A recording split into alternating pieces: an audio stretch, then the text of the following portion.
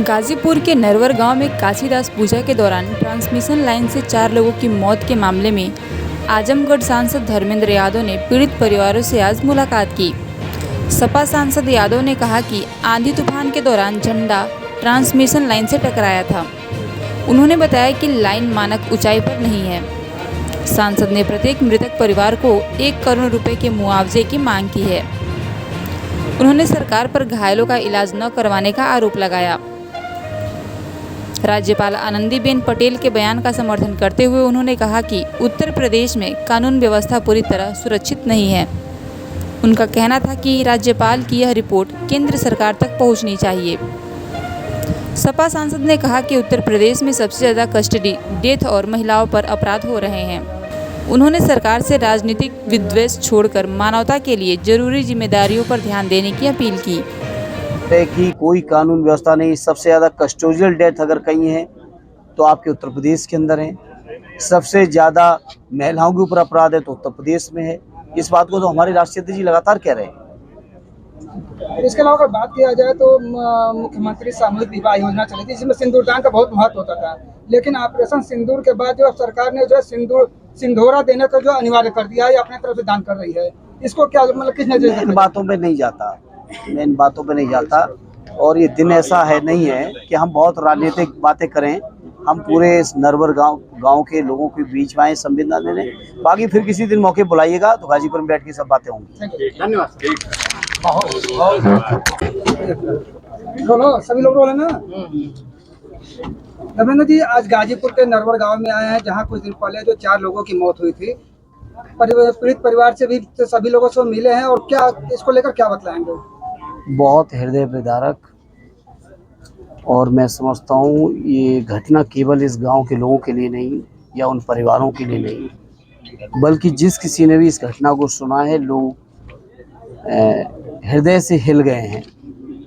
क्योंकि जिस तरह के नौजवानों की डेथ हुई, मैं समझता हूँ वो नौजवान न केवल इस गांव के लिए, इस क्षेत्र के लिए, बल्कि पूरे इलाके के लोगों के बीच पॉपुलर नौजवान थे और अपने परिवारों के सबसे जिम्मेदार नौजवानों में से एक थे। जहाँ हम अगर बात करें, छोटे लाल जी के घर के जाने का मौका मिला कि 4 बच्चे, जो सबसे बड़ी बेटी है वो क्लास 7th में है और बाकी तीनों बच्चे और बहुत छोटे छोटे, नर्सरी, केजी, क्लास 3 उनकी बच्चियां हैं। 3 बच्चियां, 1 बेटा है। आप सोचिए उस परिवार की परिस्थितियां क्या होंगी। फिर जब हम जहाँ पहुँचे अमन जी के घर पर, अपने परिवार के, अपनी पीढ़ी का एकमात्र चिराग, जो 2 भाइयों के बीच में, पिता और चाचा के बीच में अकेला नौजवान, पूरे परिवार की उम्मीद और आशा जिस नौजवान पे टिकी हो, आज वो हमारे आपके बीच में नहीं है। आप सोचिए उस परिवार की पोजीशन क्या होगी। फिर हम पहुंचे रविंदर जी के घर पर, जो खुद में भी उत्तर प्रदेश पुलिस की भी सेवा कर रहे हैं, जिनकी मैं समझता हूँ बमुश्किल 9 माह की बच्ची होगी। आप सोचिए उस परिवार पे क्या बीतेगी। और अकेले रविंदर ही नहीं, उनके दूसरे भाई अजय, वो भी इस दुर्घटना के शिकार हुए। तो मैं समझता हूँ ये प्रकृति का प्रकोप ही था इस गांव के ऊपर, इन परिवारों के ऊपर, इस क्षेत्र के ऊपर, कि एक साथ गांव के 4 नौजवान जो न केवल होनहार थे, बल्कि अपने गांव, अपने घर, अपने परिवार की उम्मीद का जो केंद्र थे, जिनके ऊपर जिम्मेदारी थी छोटे छोटे बच्चों को लालन पालन की, परिवार को आगे बढ़ाने की, चलाने की, आज वो हमारे आपके बीच में नहीं है। मैं समझता हूँ बहुत दुर्भाग्यपूर्ण घटना है। जितना उसके बारे में कहा जाए उतना कम होगा। सांसद जी, जैसा कि घटना को हुए लगभग 1 सप्ताह हो चुके हैं और अभी तक प्रदेश सरकार के द्वारा किसी भी तरह का पीड़ित परिवार के लिए राहत की बात नहीं कही गई अब तक, क्या लगता है? देखिए, मैं मांग करूंगा सरकार से कि राजनीतिक द्वेष विद्वेष छोड़कर कभी इंसानियत, मानवता और समाज के लिए जो जरूरी जिम्मेदारियां हैं सरकार की, कभी उसकी तरफ भी बढ़ें।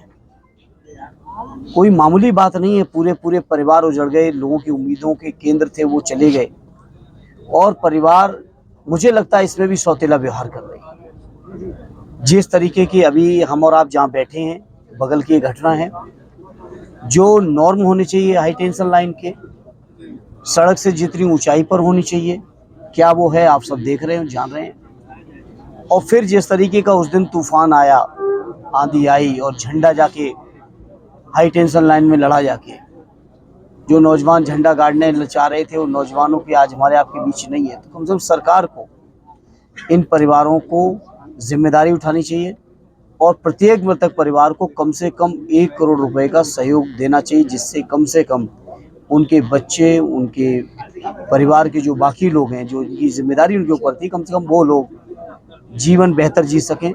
ये जिम्मेदारी सरकार की बनती है। ऐसे में क्या कारण लगता है कि अभी तक जो है इस तरह की कोई राहत की बात नहीं हो रही? अब ये तो सरकार में बैठे लोग बताएंगे, हम तो उनसे अनुरोध ही कर सकते हैं।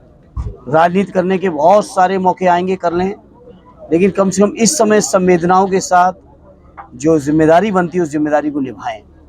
नेताजी, अभी आप परिजनों से मिले हैं, परिजनों से किस तरह की बातें हुई हैं, क्या बातें हुई? अब आप समझ सकते हो इस माहौल में परिजन क्या, किस माहौल में और किन परिस्थितियों में होंगे, किस तरह के होशो हवास में वो होंगे, किन परिस्थितियों में वो होंगे। ये बात तो मैं समझता हूँ हर संवेदनशील व्यक्ति ही समझ सकता है। इसलिए मैं कह सकता हूँ कि परिजन लोग इस समय बहुत ज़रूरत में हैं, परेशानी में हैं। उन्हें मनोबल की ज़रूरत है, उन्हें लोगों के समर्थन की ज़रूरत है, संबल की ज़रूरत है। और सरकार को जिम्मेदारी निभानी चाहिए इन सब चीज़ों की। समाज में तो लोग निभा ही रहे हैं, क्षेत्र के लोग निभा रहे हैं, लेकिन सरकार कोई जिम्मेदारी नहीं निभा रही है। हालत ये है कि जो नौजवान घायल हैं, जो जीवित हैं, उनके भी इलाज को नहीं करवा रही सरकार। घायलों का भी इलाज नहीं करा रही, मुआवजा के नाम पे कुछ भी नहीं दिया, जबकि ये प्राकृतिक आपदा है।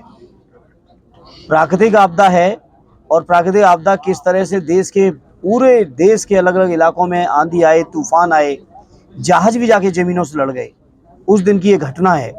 तो मैं समझता हूँ सरकार को जिम्मेदारी उठानी चाहिए, और सरकार जिम्मेदारी नहीं उठाती है तो ये उसकी मर्जी है, लेकिन हम लोग मांग कर सकते हैं और मांग करें। और मैं समाजवादी पार्टी की ओर से अपने नेता आदरणीय अखिलेश यादव जी और अपने पूरे गाजीपुर के स्थानीय समाजवादी साथियों की तरफ से कह सकता हूँ कि इस पूरी समाजवादी पार्टी इस परिवार के साथ, गांव के साथ, जिस भी हालत में है हम लोग साथ हैं। सांसद जी, अगर राजनीति की बात किया जाए तो आज जो है मायावती जी अपना सरकारी बंगला छोड़ रही हैं, आखिर इसके पीछे क्या कारण है और क्या? अब ये तो वही बता सकती है, इसमें हम कैसे बता सकते हैं वो क्यों छोड़ रही है, बात को मैं कैसे बता सकता हूँ। इसके अलावा आनंदीबेन पटेल जो राज्यपाल है, वो उनका ये कहना है कि यूपी में जो कानून व्यवस्था है वो 100% सुरक्षित नहीं है। मुझे संतुष्टि है कि कम से कम गवर्नर साहब स्वीकार कर रहे हैं, और गवर्नर साहब की इसी रिपोर्ट को जानी चाहिए केंद्र की सरकार तक।